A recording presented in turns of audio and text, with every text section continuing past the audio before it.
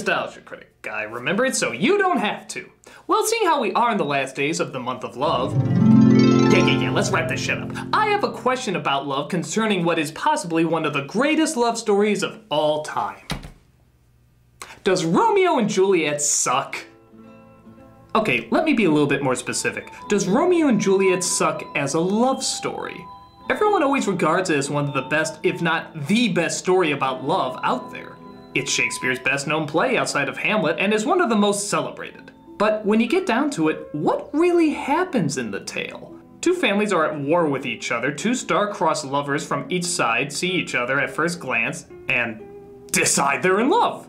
The two families say it's forbidden and... can't believe I'm saying this, but spoilers! They end up taking their lives because they can't live without one another. The ultimate in poetry, the ultimate in sorrow, but the ultimate in romance? Well, let's look at how our two leads fell in love. They see each other, and boom! They're in love. Yeah, minute rice takes longer than that. Now, granted, a lot of this comes down to whether or not you believe in the notion of love at first sight, which is an ideal that seems to be dying more and more every day. And honestly, with good reason. Appearances can be deceiving, and just because someone looks like a perfect mate doesn't necessarily mean they are. Personalities obviously play a much larger role in whether or not a relationship will survive, so basing your ideal love just on their appearance is probably not the wisest. Now that's not to say it can't happen. It's perfectly possible that the person you are visually most attracted to may also have the exact traits that you need in a relationship as well. But I think most of us can agree it's pretty rare. But how they meet is one thing. How about the chemistry they share together?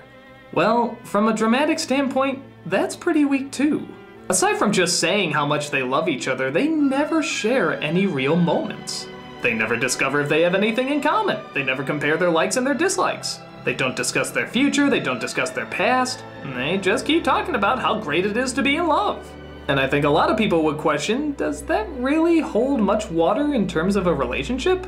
Well, what do we know about them individually? Well, we know they're both risk takers. They care much about their family, but not to a point where they want to be ran by them. We know they're determined, emotional, angry, but can still find the soft side and show their sensitivities to that special someone. So the characters themselves are not really flat, but I think most can argue that their chemistry is.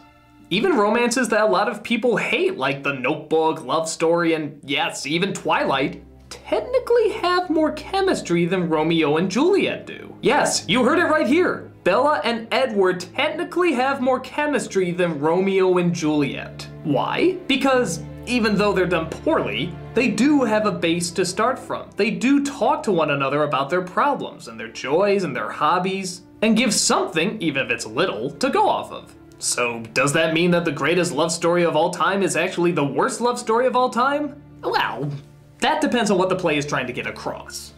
And I think you can make the argument that the play is not about true love, but rather about young love. Many of us have been in love when we were young. In fact, most of our first loves came from when we were young.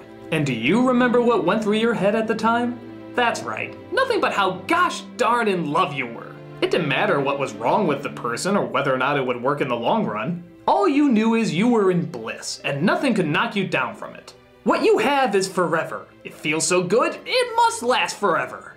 But did it last forever? For some of us, sure. But for many, we find these feelings of certainty that we thought we were experiencing were really just our reactions to first feeling these emotions. And chances are you broke up and dated more in order to find the right person.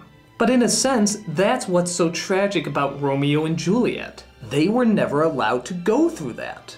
Because the families were so determined to keep the two apart, that just convinced their inner rebel that they loved each other even more. Because as we all know, when you're young, in love, and other people tell you it's not gonna work, your out-of-control emotions want to prove even more how wrong they are. And you're gonna fight harder and harder the more they try to pull you apart. And the more the families push them away, the more our lovebirds yearn to be closer. First to lying, then to marriage, then to running away, and then ultimately to taking their lives. So perhaps the focus of the story isn't as much the poetry of love as much as the tragedy of prejudice.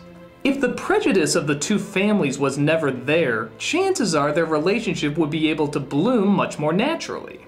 They could discuss it with people, feel more comfortable, wait it out and see if this person is truly the one.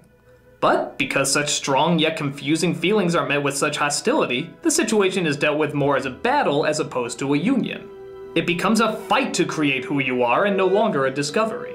And thus, that's why all are punished. Because everyone played a part in the leading to their demise, not just the star-crossed lovers themselves. Perhaps Shakespeare understood young romance better than we thought.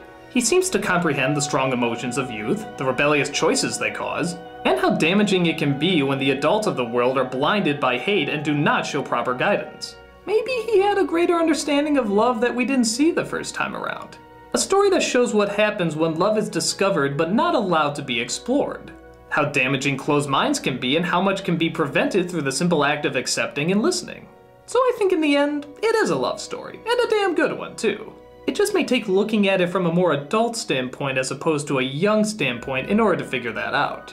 So it's a very strong possibility that Shakespeare did know what he was doing, and was still the master that we always thought he was before, and not even all the Claire Danes, Leonardo DiCaprios, or Baz Luhrmanns of the world could diminish it. Though granted, it was a pretty good try.